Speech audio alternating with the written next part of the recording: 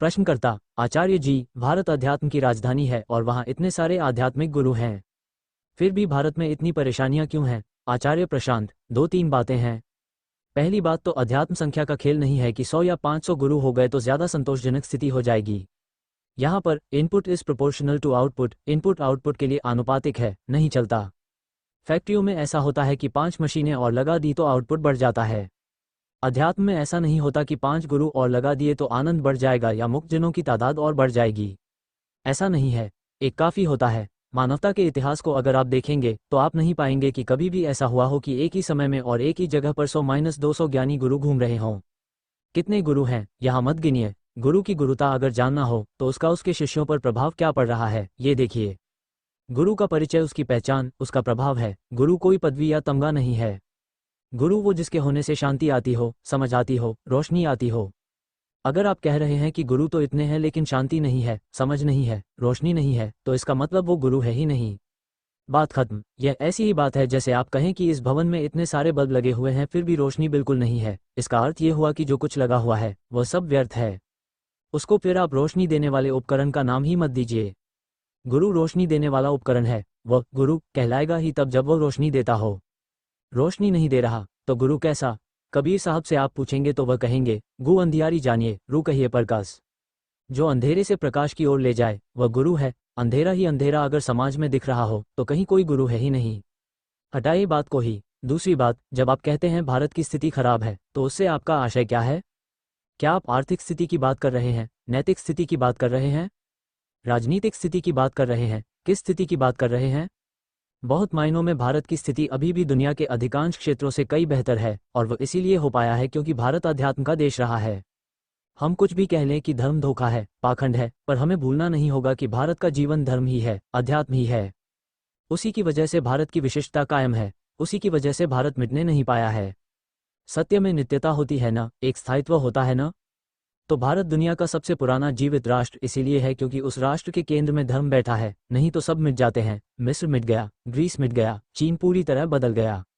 भारत है जहां पर एक धार है जो ना जाने कब से चली थी और वह आज भी बह रही है, दूषित हो गई पर बह अभी भी रही है।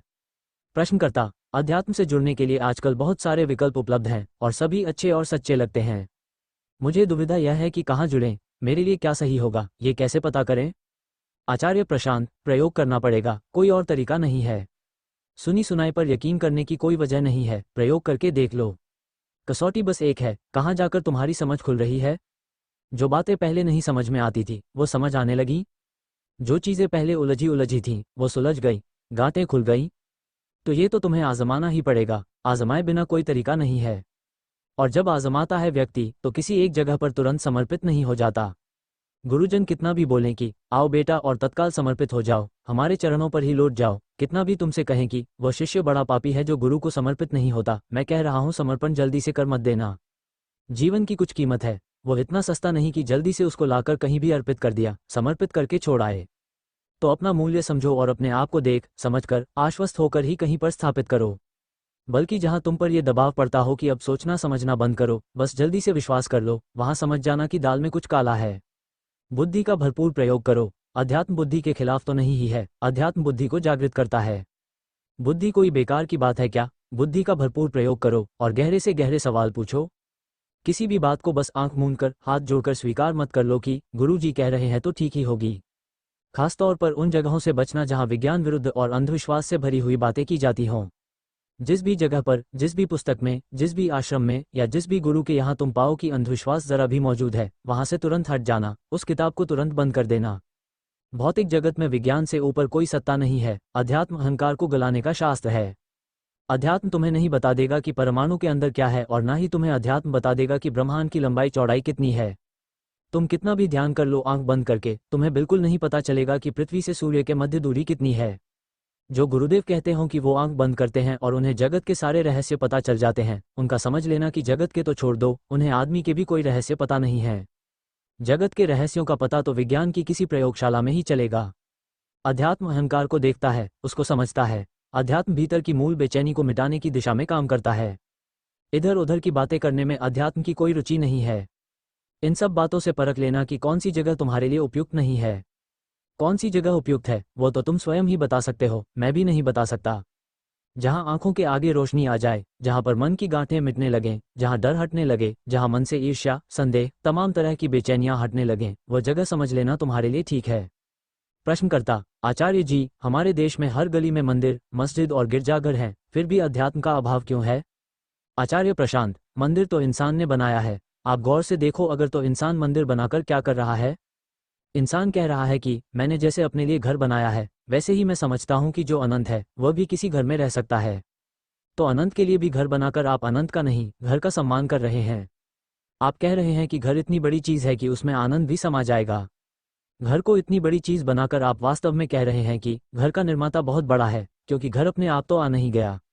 जब आप कहते हैं कि घर इतनी बड़ी चीज है कि उसमें आनंद भी समझ आएगा, तो वास्तव में आप कह रहे हैं कि मैं इतना बड़ा हूं कि मैंने कुछ ऐसा बना दिया कि उसमें परमात्मा भी आकर बैठेगा। तो मंदिर काम नहीं आते। मंदिर भी काम सिर्फ तब आते हैं जब मंदिर बोध का केंद्र हो, मंदिर के भीतर जीवित प्रकाश हो, नहीं तो मंदिर माने तो ईंट पत्थर।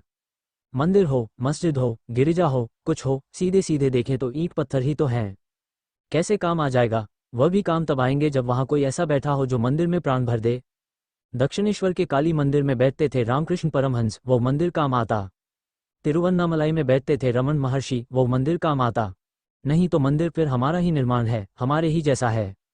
आपने गौर किया होगा कि आजकल जो नए मंदिर बन रहे हैं, दृष्टता के लिए क्षमा चाहूंगा, पर वह नए नए मॉल्स जैसे ही हैं, बड़े भव्य हैं, बड़े चमकदार हैं। पुराने मंदिरों को आप देखें और पिछले 20-30 साल में जिन महामंदिरों का निर्माण हुआ है उनको देखें, तो आपको गुणवत्ता में सीधा फर्क नजर आएगा। आदमी जैसा होता है वैसा मंदिर बना देता है। आज आदमी के पास पैसा बहुत बढ़ गया है, तो मंदिर भी मॉल जैसा बना देता है। यह मंदिर कैसे काम आएगा? यहाँ जाकर किसको कैसे शांति मिलेगी?